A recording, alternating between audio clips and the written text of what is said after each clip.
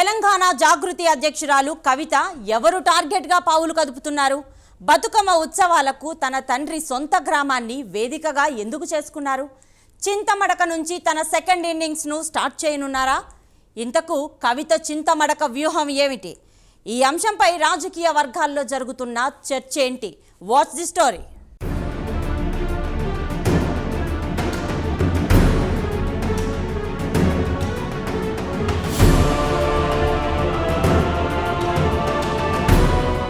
తెలంగాణ ప్రజలు మాత్రమే ప్రత్యేకంగా జరుపుకునే ప్రకృతి పండుగ బతుకమ్మ రానే వచ్చేసింది. ఈ నెల 21 నుంచి ఎంగిలిపూల బతుకమ్మతో ఈ పండుగ వేడుకలు ప్రారంభం కానున్నాయి. అయితే మాజీ సీఎం కేసీఆర్ స్వగ్రామం చింతమడకలో ఎంగిలిపూల బతుకమ్మ వేడుకల్లో తెలంగాణ జాగృతి అధ్యక్షురాలు కల్వకుంట్ల కవిత పాల్గొననున్నారు. బీఆర్ఎస్ పార్టీ నుంచి బహిష్కరణకు గురైన తర్వాత కేసీఆర్ స్వగ్రామానికి కవిత వస్తుండటంతో ప్రాధాన్యత సంతరించుకుంది. కవిత పర్యటన బతుకమ్మ వేడుకలకు పరిమితమవుతుందా లేదా రాజకీయ ప్రకటన చేసే అవకాశం ఉందా అన్న చర్చ సాగుతోంది.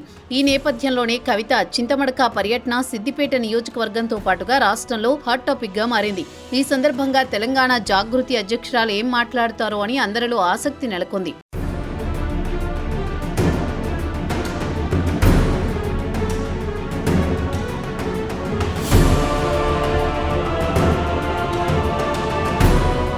ఇక తెలంగాణ ఉద్యమంలో కవిత క్రియాశీల పాత్ర పోషించారు. తన తండ్రి కేసీఆర్ తో పాటు ఉద్యమించారు. అంతేకాక తెలంగాణ జాగృతి పేరిట సాంస్కృతిక ఉద్యమానికి నాంది పలికారు. బతుకమ్మ ఉత్సవాల పేరుతో రాష్ట్ర వ్యాప్తంగా పర్యటించారు. అదే సమయంలో బీఆర్ఎస్ పార్టీలోనూ ప్రత్యేక గుర్తింపును పొందారు. తెలంగాణ రాష్ట్రం ఆవిర్భావం తర్వాత వచ్చిన లోక్సభ ఎన్నికల్లో ఎంపీగా గెలుపొందారు. 2019 లోక్సభ ఎన్నికల్లో ఓడిపోయిన ఆమె ఆ తర్వాత ఎమ్మెల్సీ అయ్యారు. తాజాగా గులాబీ పార్టీలో చోటు చేసుకున్న పరిణామాలకు కల్వకుంట్ల కవిత రాష్ట్ర రాజకీయాల్లో హాట్ టాపిక్ గా మారారు.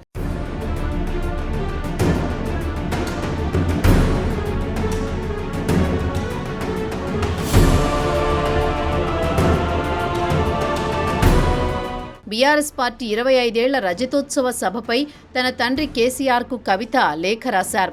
ఆ లేఖ లీక్ కావడం, కవిత బహిరంగ కామెంట్స్ చేయడం చకచకా జరిగిపోయాయి. ఇక అంతటితో ఆ వివాదానికి ఫుల్ స్టాప్ పెట్టని కవిత కాళేశ్వరం ప్రాజెక్టు నిర్మాణం విషయంలో హరీష్ రావు టార్గెట్ గా విమర్శలు చేశారు. కవిత వ్యాఖ్యలను సీరియస్ గా తీసుకున్న అధిష్టానం ఆమెను పార్టీ నుంచి సస్పెండ్ చేసింది.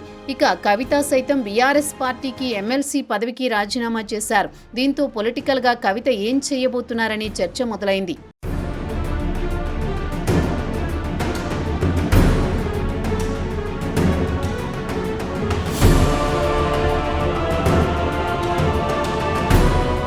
ఇక పార్టీకి పదవికి రాజీనామా చేసిన తర్వాత కొద్ది రోజుల పాటు సైలెంట్ గా ఉన్న కవిత జాగృతి కార్యక్రమాలపై ఫోకస్ పెట్టారు. మొదట సింగరేణిలో బలంగా ముందుకు వెళ్లేందుకు జాగృతితో పాటు హెచ్ఎంఎస్ తో కలిసి ముందుకు వెళుతోంది. ఇక ఆ సంఘానికి గౌరవ అధ్యక్షురాలుగా కవిత ఎన్నికయ్యారు. బీసీ రిజర్వేషన్లపైన దూకుడుగా ముందుకు వెళుతున్నారు. తాజాగా సెప్టెంబర్ 17న తెలంగాణ భవన్లో జాతీయ సమైక్యతా దినోత్సవంగా బీఆర్ఎస్ నిర్వహిస్తే కవిత జాగృతి కార్యాలయంలో తెలంగాణ విలీన దినోత్సవం నిర్వహించారు. ఇలా ఏదో కార్యక్రమంతో లైమ్ లైట్ లో ఉండేలా కవిత ప్లాన్ చేసుకుంటున్నారు.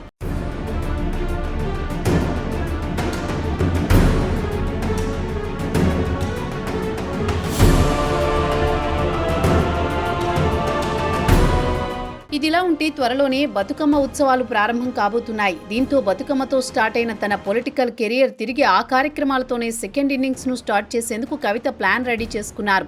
తాజాగా తన తండ్రి సొంత గ్రామం చింతమడకపై కవిత దృష్టి పెట్టారు. తెలంగాణ జాగృతి తరపున బతుకమ్మ వేడుకలను కవిత చింతమడక నుంచి ప్రారంభించబోతున్నారు. ఇప్పుడు ఈ అంశమే అటు గులాబీ పార్టీలోనూ ఇటు పొలిటికల్ సర్కిల్స్ లోనూ చర్చకు దారితీసింది. అయితే చింతమడక సిద్దిపేట నియోజకవర్గం పరిధిలోకి వస్తుంది. అక్కడి నుంచి హరీష్ రావు ఎమ్మెల్యేగా కొనసాగుతున్నారు. దీంతో కవిత చింతమడకలో బతుకమ్మ వేడుకలకు హాజరు కావడం ఆసక్తికరంగా మారింది. వ్యూహాత్మకంగానే కవిత చింతమడకను ఎంచుకున్నట్టు టాక్ వినిపిస్తోంది. మొత్తానికి బీఆర్ఎస్ నుంచి దూరమైన కవిత తన తదుపరి రాజకీయ అడుగులను తన తండ్రి సొంత గడ్డపై నుంచి ప్రారంభించడంపై సర్వత్రా ఆసక్తి రేపుతోంది. మరి కవిత చింతమడక పర్యటన బతుకమ్మ వేడుకలకు పరిమితమవుతుందా లేదా రాజకీయ ప్రకంపనలకు కారణమవుతుందో చూడాలి.